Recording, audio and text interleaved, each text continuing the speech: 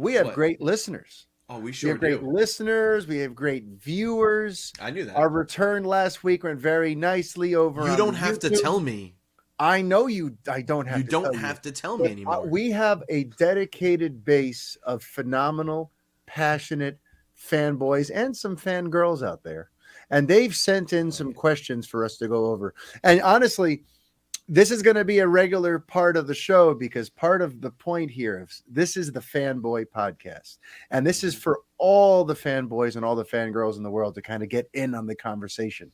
So we're always going to be asking you for things. I'm actually going to be setting up a dedicated email just for questions and things of that resort. But for this time, we resorted to the old Twitter.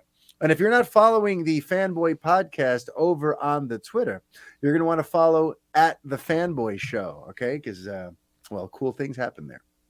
But, all right, so here's some of the questions that came in. Actually, before we do, Brett, did you have anything you wanted to say about the feedback we got last week? I do. So, friend of the show, Jonathan Brady, he brought up on our YouTube video of our last week's podcast that I had actually conflated the story from the Telltale Batman series on video game consoles and Batman Earth 1, and I want to thank him for that, because I did play a smidge of the Telltale Batman series, and I'm not sure if actually that plot point about Thomas Wayne not being squeaky clean and maybe working for the mob, I'm not sure if I actually played up to that point where I discovered that, or maybe I just was like, let me look on Wikipedia and see what this plot's about, because I don't want to play this game anymore. I was still intrigued by the story, but I didn't like the way the game played.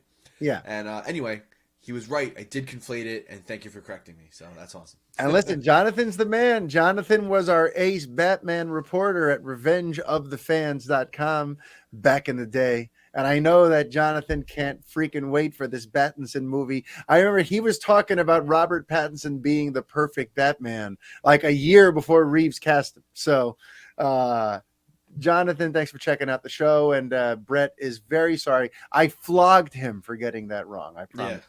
Scars everywhere.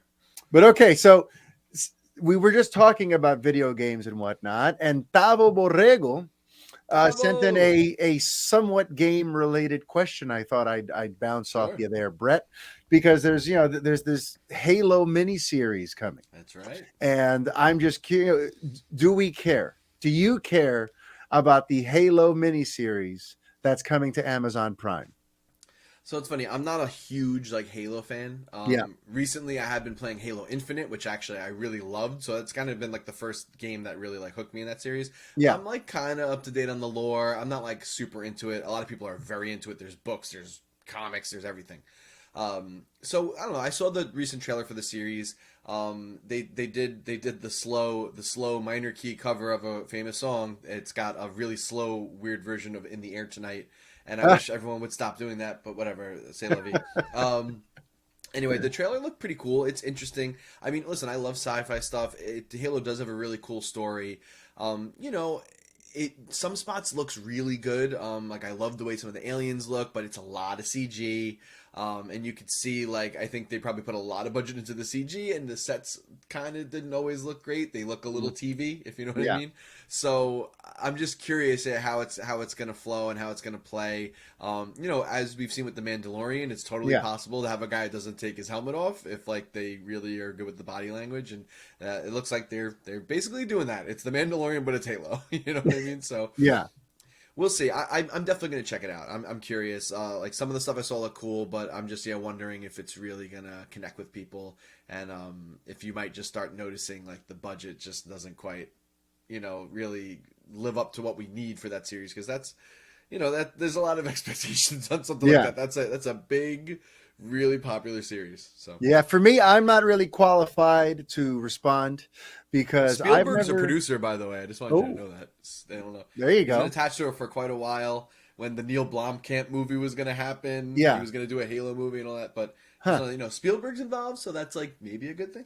Yeah, I mean, listen, Spielberg attached to anything makes it better because he tends to put a high value on telling a coherent story that has something to it. That's not just a bunch of explosions. So that does make me a little more excited for it. But full disclosure, I've never played a Halo game. Like if I played, I think it was like a sleepover at my cousin's house Little split years screen. ago. Yeah, for like 20 minutes.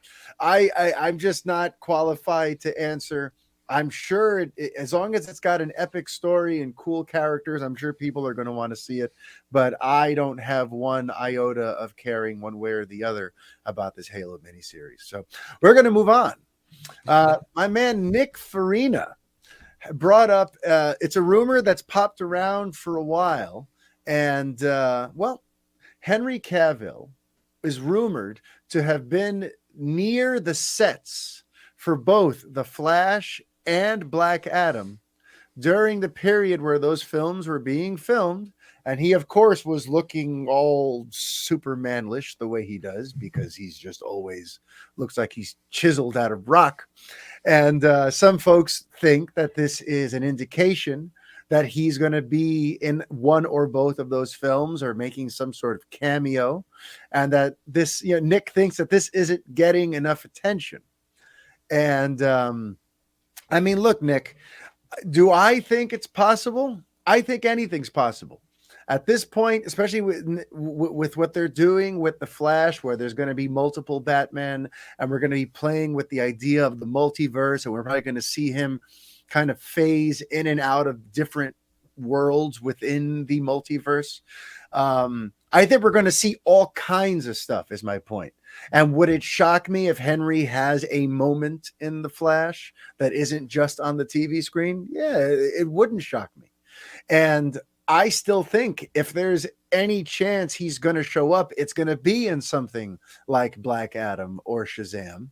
But right now, it's all just speculation, because listen, him looking Superman-ish is something that Nick pointed out. He always looks like that. He's all, he's jacked for The Witcher. He's jacked for everything. He's always in Superman shape, and a lot of things film in the places where these movies are filming. Listen, I'm not trying to poo-poo the idea. Yeah. I want it to be true, but right now, we'll just have to see. But we have to keep our expectations in check, because even if Henry shows up in these movies and has cool Superman-ish moments, we know that they're not planning on giving him any solo movies right now. So it's kind of like a bittersweet thing. We might see him and he'll look great and he'll do something cool and we'll hear a few bars of Hans Zimmer and we'll all be wee. But we have to understand that for all intents and purposes, the studio has not given us a Man of Steel 2. So we have to hedge. We have to, keep our expectations in check. We might get some great fan servicey moments. And that's probably just going to be it. But I hope it's the ultimate troll, and he just shows up in the multiverse as Geralt of Rivia. That's the only shot you get of, like, the Flash is running, and you just see Geralt in there, and they look at each other, and that's it. And then everyone just melts. I want just the whole fan base melts. Either that or he is, but he just plays this actor named Henry Cavill. Or he shows up as Sherlock Holmes. The Flash asks him a bunch of questions and he has no idea what he's talking about. Anyway. I hope the Flash is watching Mission Impossible 6 and you just see Henry Cavill reload his arms. Yeah, the rumor said that they showed Superman on a TV. It's just the Flash watching Mission Impossible Fallout. That's all that cameo is. So listen, man, I want it to happen. It is definitely intriguing that he was near those film sets at around the time they were filming. And they're both movies that could very well use a quick sort of Superman presence in them. For Black Adam, I would say maybe as a post-credit sequence setting up where they go next. Because, like we discussed last week, Dwayne Johnson has made no bones about it. He wants Black Adam and Superman to fight real bad, and they've worked backwards. They reverse engineered his entire Black Adam experience to make this fight happen. So I think he might show up in an end sequence there, and he might have one cool, cute little moment in the Flash. But, it's that bittersweet thing of this is all we get now from Henry Superman. So listen, we'll see what happens. But thanks for sending in your question there, Nick. Thank you, Nick. Now, we got another Superman question. And this is from my friend Stephen Marshall a member of the Krypton World Order, the KWO, if you will, he and I once were part of. And Stephen Marshall had some questions, and he's a Brit, and in the past when he sent in his questions, I will attempt to do his accent. And you know what's funny? When I used to record with him like almost every week. I had his dialect fresh in my ear, and I could do it. Now it's been like a long time, so I'm going to give this a shot. I'm going to read Steven's thing in his accent or something thereabouts. Um, of all the cancelled Superman projects over the years, i.e., Superman Lives, Superman Flyby, Wolfgang Petersen's Batman vs. Superman, Superman, Superman. JL Mortal, etc., which one do you feel had the most potential, and which one would you have liked to be able to watch the most?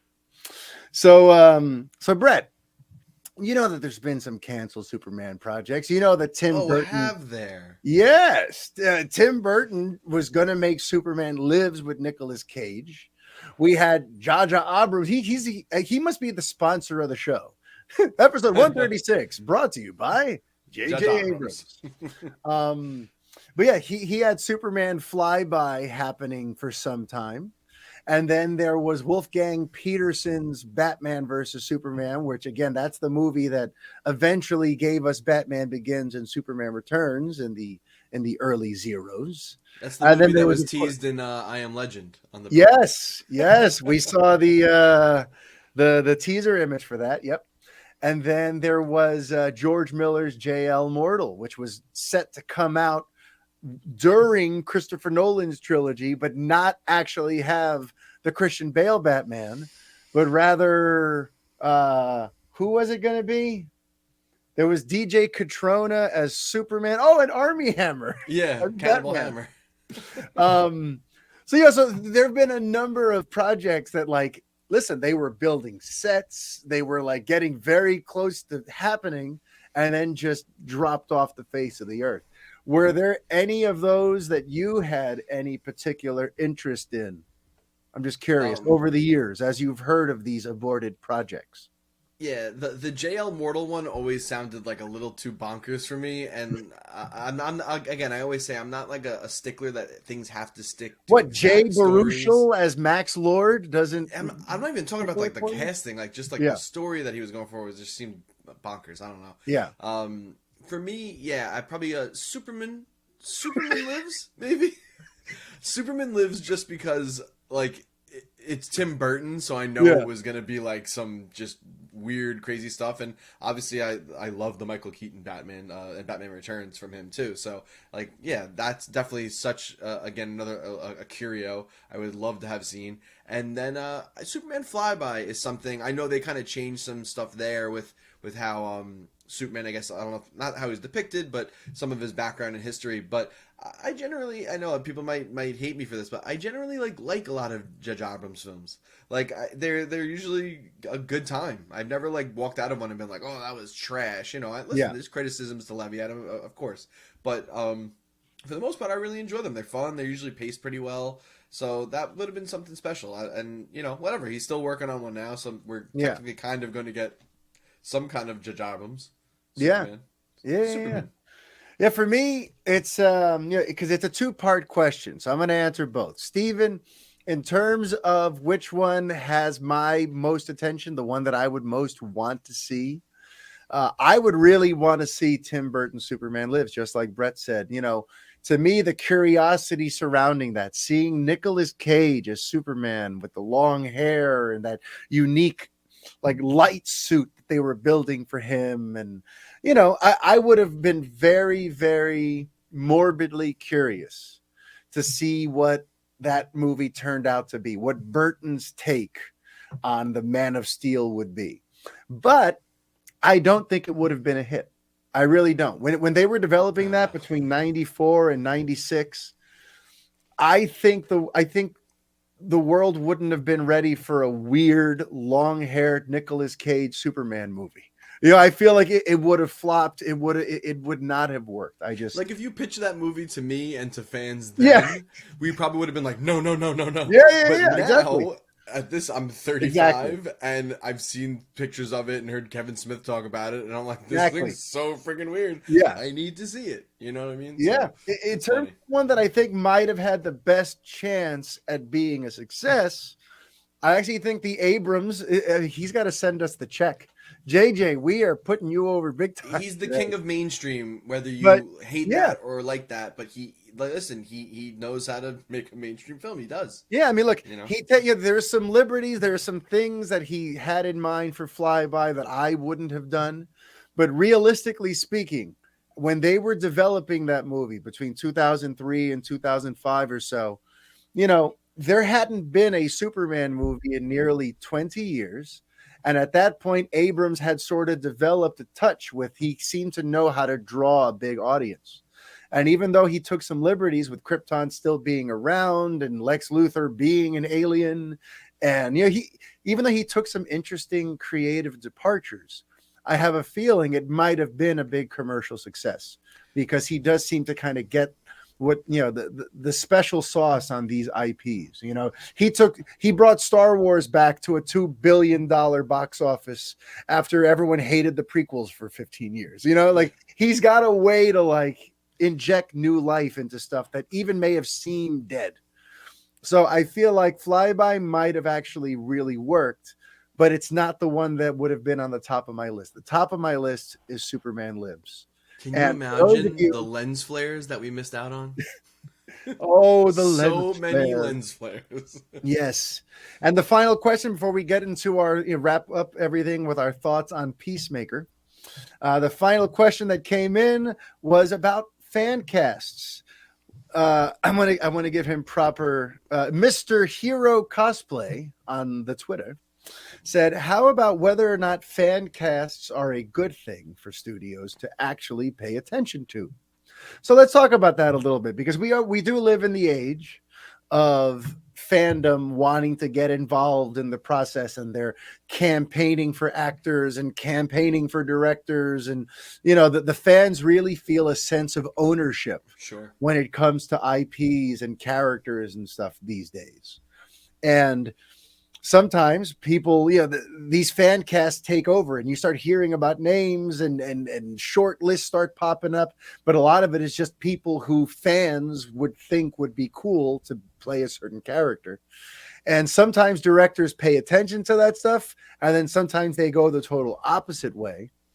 And so I'll ask you first, Brett, in this age of the fans always wanting to have their voice heard, do you think studios should give a shit about fan casts? Right. I mean, sometimes it could bring attention to someone the studios would have totally overlooked. So I mean, Mhm. it could be a cool thing, but overall, I'm not a huge fan of it. I having and I think you kind of share the same experience as me. Like we've both. We're not like professional actors. Like I guess I haven't been into like a huge major film, but we've both acted before, we've directed before, we've been Mhm. in productions, and there is something to having your vision and going out and finding that person that has what you need versus just like bringing someone in because everyone else said. And for the most part too, like I feel like when you see a lot of fan casting, it's usually people just picking somebody that looks like the Yeah. way a character is drawn in the comics, or that like they're not thinking like very much deeper about it. Like it's the reason why, like, right, everyone had a big uproar over Heath Ledger as the Joker. I mean, but look how that worked out. And even Yep. Pattinson, listen, we haven't seen him yet. Maybe he's absolute dog shit, okay? It's Yeah. 3 hours of the worst Batman I've ever seen. But I mean, you have someone like that, like, he wasn't really going to get fan cast, but Reeves said, I saw this movie, I saw a good time, and this kid's got some darkness, and I Hmm. think he can do what I want. And hey, everything I've seen so far is telling me that. So yeah, I think there's a whole creative process behind it. There's so much. There's so much involved. Not even just the director, like Mhm. everything. Yeah. So to take in consideration. So a fan cast like can seem like a good idea, but it's usually, in my opinion, they're usually pretty shallow. Yeah. I mean, I think you hit the nail on the head that a lot of times fans demonstrate a lack of imagination. Really Yeah. what they're going for is, oh, this person looks just like the comic book character, so we should cast them. It needs to be something very obvious. And someone like a Heath Ledger for Joker is not typical at all. Someone like a Yeah, Robert Pattinson for Batman is not typical at all. sure. And yet, it's just, I feel like fan casts should kind of be completely ignored. It should be like back in the day when like Wizard magazine would do fan casts and it was just geeks going, oh, that would be cool. But I don't think anyone in charge of making any of these movies or series should be paying attention to what fans want. Because on top of that, fans, they half the time they can't agree on what they want. Like, fans are always interfighting about something, and we're gonna be fighting about this. This is the best idea ever. Oh no, this is the worst idea ever. Mm-hmm. And there's gonna be all kinds of passions any way you go. So I'd rather just let the creator, let the artist, let the director call the shots on that. Because I remember everyone that like when everyone was screaming about Heath Ledger, all the alternatives they were saying were so like cliche. People were saying, "Oh, it should be Willem Dafoe." Why? Because he looks exactly like because when he Joker. smiles, his face is big. Yeah, you know what I mean. Like they name these people who, like, yeah, if you put it looks like a, I get it, but really, that's it. We don't care about how this, where their performance fits in the story and their chemistry with the main character. Like, it's above everyone's pay grade to be making these decisions. So I think fan casts should just basically be roundly ignored for the most part. That's just kind of my take on that. And